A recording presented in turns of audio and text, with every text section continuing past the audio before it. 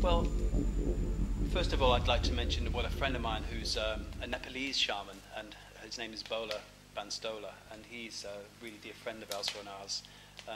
He lives near Kathmandu, and he says this, and I kind of like it. He says that try, keep science is here and spirituality is here as the right and left leg of a being, and so let's keep them as balancing each other, rather than trying to integrate both.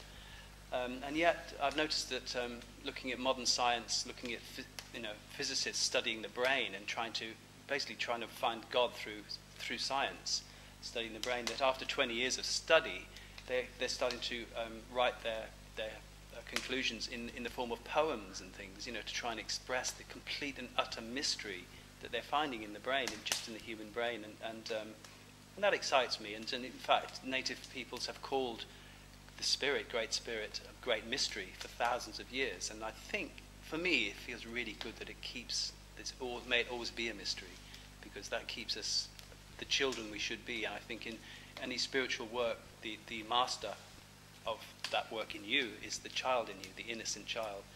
The intellect kind of has to take a back seat, which sometimes is difficult for people in the West.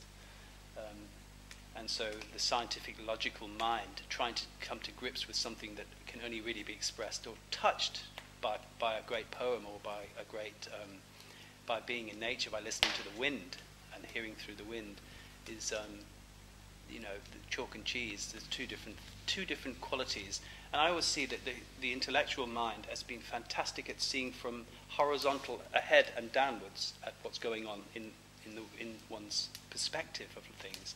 And that the spiritual mind, the intuitive part of our brain, the inner teacher, has a greater view, can look up, can look down, can look back into our mysterious past and into our even more mysterious future. So, great mysteries, and science and mystery, I think, are bedfellows.